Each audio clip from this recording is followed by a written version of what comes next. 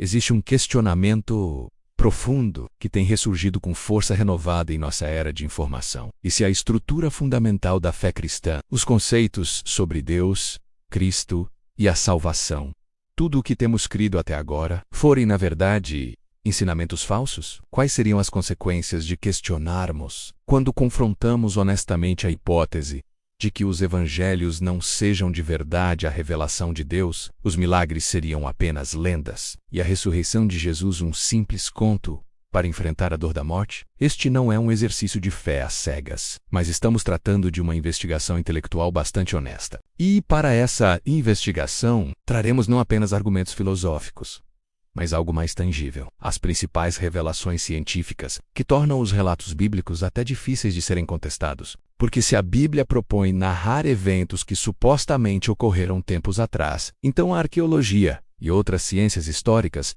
teriam realmente algo crucial a nos revelar. Você concorda com isso? Nos próximos minutos, empreenderemos uma jornada dupla. Primeiramente, consideraremos seriamente uma perspectiva cética dessa investigação. E em seguida examinaremos o que as descobertas arqueológicas realmente revelam sobre a confiabilidade dos relatos bíblicos. E, finalmente, analisaremos a aposta existencial que cada um de nós faz no dia a dia, de forma consciente ou não, sobre a natureza da realidade. Esta é uma investigação sobre evidências, sobre consequências e sobre as decisões mais importantes que um ser humano pode tomar. Não se esqueça de deixar seu like no vídeo. E se ainda não é inscrito, se inscreva em nosso canal. Agradeço imensamente por apoiar nosso trabalho. Vamos começar agora a nossa viagem.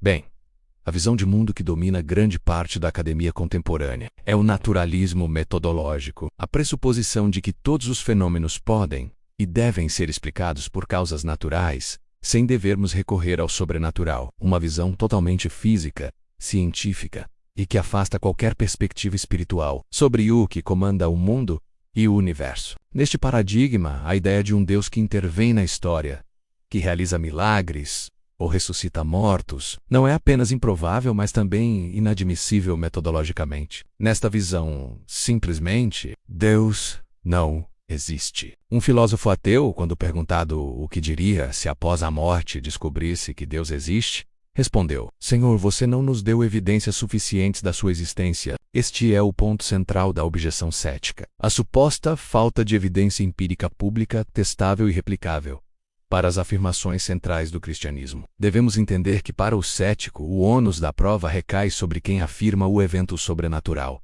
É o espiritual que tem que se provar. Este deve ser talvez o argumento mais poderoso contra a existência de um Deus onipotente e perfeitamente bom. Tivemos testemunhado no século XX verdadeiros horrores, e em escala industrial, tanto os praticados pela humanidade, como também pela própria natureza. O Holocausto, campos de trabalho forçado, genocídios, crianças morrendo de câncer, desastres naturais matando inocentes, né?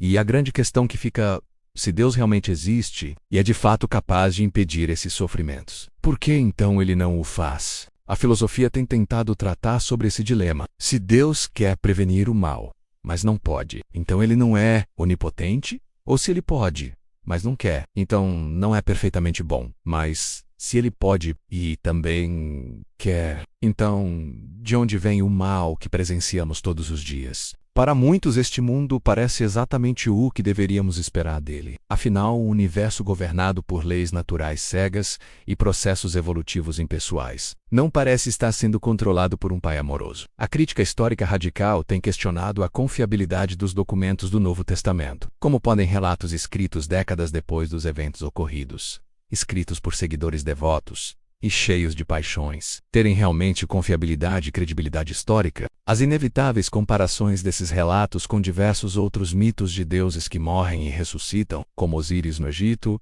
Adonis na Fenícia ou Dionísio na Grécia, têm sugerido para alguns que o cristianismo seria mais uma expressão deste arquétipo universal, ou seja, apenas mais um relato mitológico para a coleção das tentativas de explicações sobrenaturais da humanidade. Fato importante mencionar que a busca pelo Jesus histórico, iniciada no século XIX, frequentemente produziu reconstruções que pouco se assemelham ao Cristo dos Evangelhos. Nos relatos bíblicos temos Jesus como um profeta apocalíptico, um sábio cínico, um revolucionário político, bem diferente das evidências históricas que temos encontrado. A ressurreição seria explicada como experiência visionária coletiva, uma fraude consciente ou desenvolvimento de uma lenda gradual, Porém, mesmo se o cristianismo for metafisicamente falso, ele conseguiu produzir frutos sociais inegáveis, como hospitais, centros universitários, importantes códigos de ética e obras de caridade. Alguns dos sociólogos mais renomados argumentam que a religião é fundamental para o equilíbrio social, que ela protege as sociedades do caos de significado. Nesta visão, a igreja seria uma instituição humana valiosa para produzir virtudes de cidadania, sentido de comunidade e consolo psicológico. Seria uma ilusão útil, um mecanismo evolutivo para promover cooperação em grupo. Agora, vamos sair um pouco do reino da especulação filosófica e entraremos em um mundo concreto da evidência material. A arqueologia bíblica moderna tem estabelecido uma metodologia científica rigorosa, que vem transformando nosso entendimento do mundo bíblico de forma significativa. No final do século XIX e início do XX, muitos acadêmicos críticos defendiam que os patriarcas de Gênesis nunca existiram como pessoas históricas. Eram personagens lendários ou mitológicos, criados séculos depois, durante o período da monarquia israelita ou mesmo durante o exílio babilônico. Suas histórias serviam para explicar origens tribais, justificar posse de terras ou transmitir valores religiosos de uma época muito posterior. Essa visão partia do pressuposto de que os relatos bíblicos refletiam o contexto cultural da época em que foram escritos, e não da época em que os eventos teriam ocorrido. Porém, duas descobertas arqueológicas fundamentais, feitas no século XX, abalaram profundamente essa visão cética. Os arquivos de Mari do século XVIII a.C., descobertos na Síria, são um vasto acervo de mais de 20.000 tabuletas cuneiformes da época, que detalham a administração, a diplomacia e a vida social do reino de Mari na Mesopotâmia. E os tabletes de Nuzi do século XV a.C., encontrados ao norte do Iraque, são cerca de 10.000 tabuletas que registram a vida privada, contratos e costumes jurídicos dos hurritas, um povo da Mesopotâmia. Essas descobertas fornecem um retrato da época da Idade do Bronze Média, aproximado ao período em que os patriarcas teriam vivido. E esse retrato mostra uma sociedade com costumes muito específicos e diferentes dos de períodos posteriores. Elas relatam 3 exemplos concretos de como os costumes desse período ecoam estranhamente os relatos de Gênesis, os contratos de adoção, os direitos de primogenitura e o papel dos terafins. Os ídolos domésticos são todos exemplos que encontram paralelos precisos nos textos extrabíblicos da época. Suas histórias serviam para explicar origens tribais, justificar a posse de terras ou transmitir valores religiosos de uma época muito posterior. As descobertas de Mari e Nuzi não provam que Abraão existiu, mas provam que o mundo descrito em Gênesis é historicamente plausível e reflete com precisão surpreendente o contexto cultural dessa época, tornando a visão de esses relatos como mitos extremamente difícil de sustentar. Elas transformam os patriarcas dentro de um panorama histórico coerente e verificável. Por décadas, estudiosos críticos afirmaram as narrativas da conquista de Canaã como sendo ficção, mas escavações recentes em locais como Hazor, Laquis e Megido contam uma história diferente. Em Hazor, a camada de destruição do século XIII a.C. mostra evidências de um incêndio de grandes proporções. Exatamente o período bíblico para a conquista desta cidade por Josué. Mais revelador tem sido o aparecimento, no século XII a.C., de centenas de pequenas aldeias nas terras altas da Cisjordânia, uma explosão demográfica sem precedentes, demonstrando evidências de um grande volume de habitantes ocupando aquela região em um curto espaço de tempo. A cerâmica é distintamente simples, sem imagens de deuses ou humanos, e não há ossos de porcos nas lixeiras, pois o consumo de carne de porco era expressamente proibido ao povo santo. Este é exatamente o padrão que esperaríamos de um processo de povoamento israelita naquele lugar. Por diversas gerações, estudiosos minimistas argumentaram que Davi e Salomão eram figuras lendárias, tão históricas quanto o rei Artur, e essa posição se tornou insustentável no ano de 1993. Em escavações no norte de Israel, foi descoberta uma pedra inscrita em aramaico do século IX a.C. e erguida por um rei arameu, para comemorar sua vitória sobre a casa do rei Davi. Esta é a primeira menção extrabíblica ao grande rei de Israel, e ocorrida apenas 150 anos após seu reinado bíblico. Já em 2022, novas análises epigráficas de inscrições na Estela de Mesa, uma inscrição do século IX a.C., também encontraram possível referência ao rei de Israel. A arqueologia tem realmente confirmado. Davi não era lenda, mas foi o fundador de uma dinastia histórica. E o que temos do outro lado da Bíblia? O mundo do Novo Testamento emerge com cores bastante vivas das descobertas arqueológicas. A piscina de Betesda de João 5, por muito tempo considerada simbólica, foi escavada em Jerusalém exatamente com os 5 pórticos descritos por João. Também a piscina de Siloé, onde Jesus enviou o cego, em João 9, foi descoberta pela arqueologia em 2004. O ossuário de Caifás, o sumo sacerdote que julgou Jesus, foi encontrado em 1990 com a inscrição em aramaico: José, filho de Caifás, uma prova material de que o sumo sacerdote realmente existiu e foi sepultado em Jerusalém conforme os costumes da elite judaica do primeiro século. A inscrição de Pilatos, em Cesareia Marítima, confirma seu título exato: prefeito da Judéia, além da data do seu governo. O caminho pavimentado onde Jesus foi julgado por Pilatos foi descoberto sob o convento das Irmãs de Sião, mas talvez a descoberta mais significativa seja do ossuário de Tiago, irmão de Jesus, embora sua autenticidade tenha sido contestada. A inscrição em aramaico representa a mais antiga referência física a Jesus de Nazaré, datando de aproximadamente o ano de 63, no primeiro século. E por fim, a realidade histórica da crucificação. O evento central da fé cristã, que foi confirmado em 1968,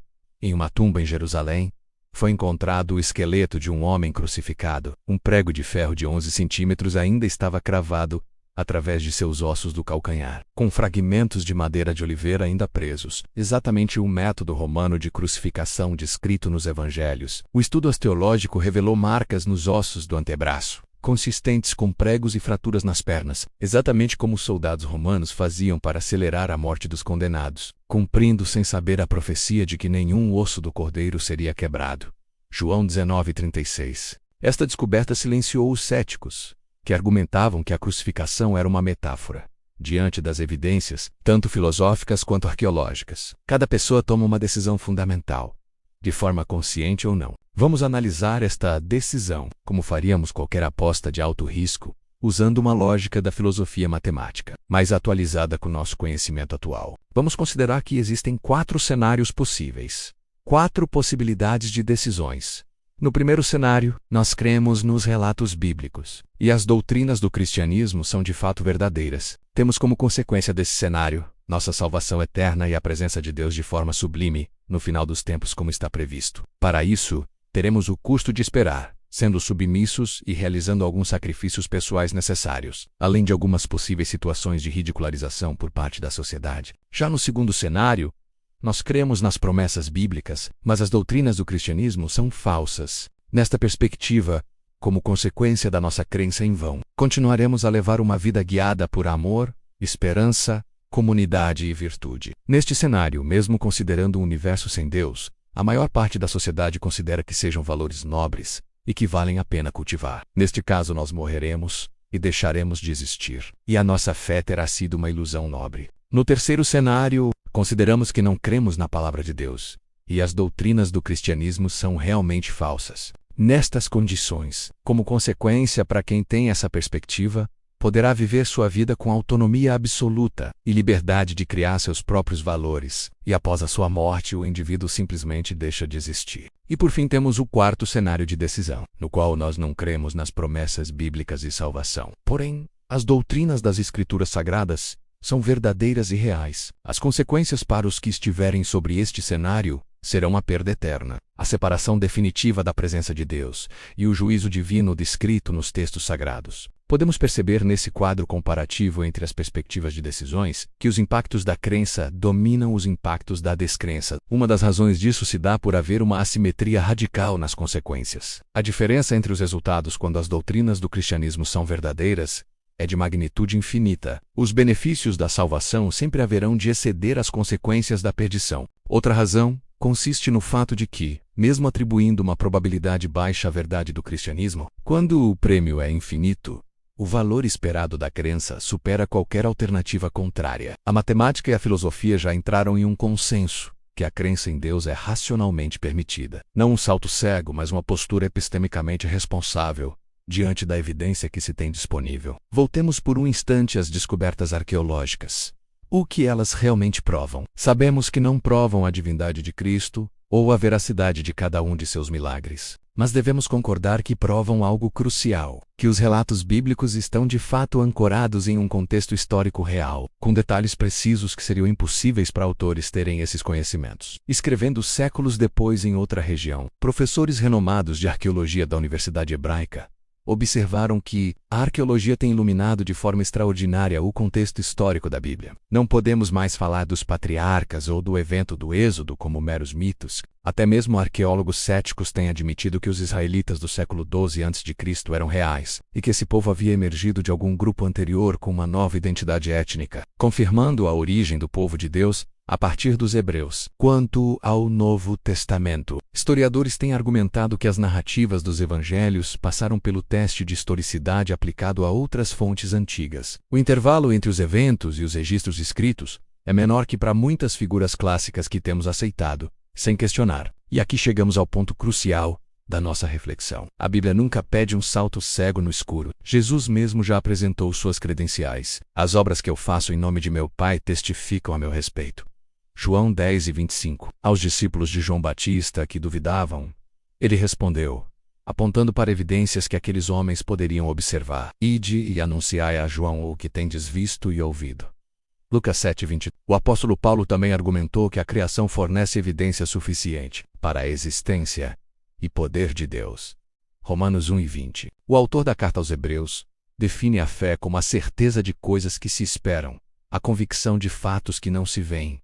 Não estamos propondo a ignorância, mas confiança baseada em fundamentos racionais, de acordo com a primeira carta aos Coríntios 15:6. Até mesmo a própria ressurreição, o evento central da fé cristã, foi apresentada como fato histórico testemunhado por mais de 500 pessoas, muitas delas ainda vivas quando Paulo escrevia a epístola. Os primeiros cristãos não morreram por uma verdade interior subjetiva, mas sim por afirmar que tinham visto Jesus vivo após a crucificação. Então, diante desse panorama completo que apresentamos sobre os cenários de decisões sobre a fé cristã, as objeções filosóficas, as descobertas arqueológicas, as análises das consequências, onde nos encontramos? As evidências não provam o cristianismo no sentido matemático. Aliás, concordemos que nenhum evento histórico pode ser provado assim. Mas essas evidências criam um contexto de credibilidade, onde a fé se torna não apenas emocionalmente desejável, mas racionalmente responsável e efetivamente possível. Como escreveu C.S. Lewis, eu creio no cristianismo como creio que o sol nasceu,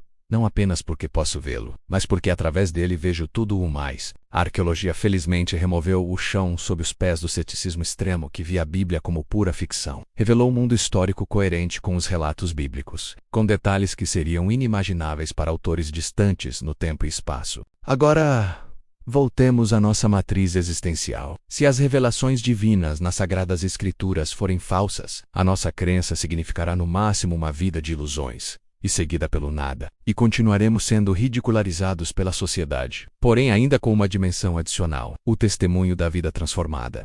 Por outro lado, se o cristianismo for verdadeiro, a nossa descrença nos relatos bíblicos representará a maior catástrofe possível, a perda do propósito último da nossa vida eterna, da oportunidade de estarmos com nosso Criador para sempre. Através dos séculos temos visto que os maiores inimigos do cristianismo frequentemente se tornaram seus defensores mais articulados. Após terem assumido e se comprometido com uma investigação honesta dos textos bíblicos, o desafio final não é o de acreditar sem evidência, mas sim de investigar as evidências disponíveis, com certa neutralidade e honestidade intelectual. Ler os evangelhos não apenas como textos religiosos, mas principalmente como documentos históricos. Além de se dedicar aos estudos das descobertas arqueológicas, considerar a extraordinária revolução que o cristianismo tem operado no mundo. Não perfeita, mas transformadora. Jesus fez uma promessa que pode ser testada existencialmente. Se alguém quiser fazer a vontade de Deus, há de saber se a doutrina é dele, ou se eu falo de mim mesmo. João 7:17. O caminho não começa com certezas absolutas, mas com vontade de seguir a verdade onde ela levar, no limiar entre tempo e eternidade, entre evidência e mistério, entre razão e revelação. Cada um de nós toma uma decisão que ecoará para sempre. Jamais poderemos admitir qualquer certeza sobre nada, mas sim devemos sempre nos questionar, diante das evidências disponíveis, qual seria a aposta mais sábia e com melhor bom senso para a nossa existência eterna. A resposta mais racional, corajosa e consequente é a que milhões de mártires, santos, cientistas e pensadores escolheram através dos séculos: crer, investigar e seguir. Porque no final, esta não é uma questão acadêmica. É a questão da vida, da morte e do que vem depois. Se este conteúdo foi importante para você, deixe seu like e se inscreva no canal. Compartilhe nos comentários qual evidência histórica ou arqueológica mais tem impactado sua jornada de fé ou ceticismo. Nos vemos nos próximos vídeos, onde continuaremos explorando as grandes questões da fé e da ciência.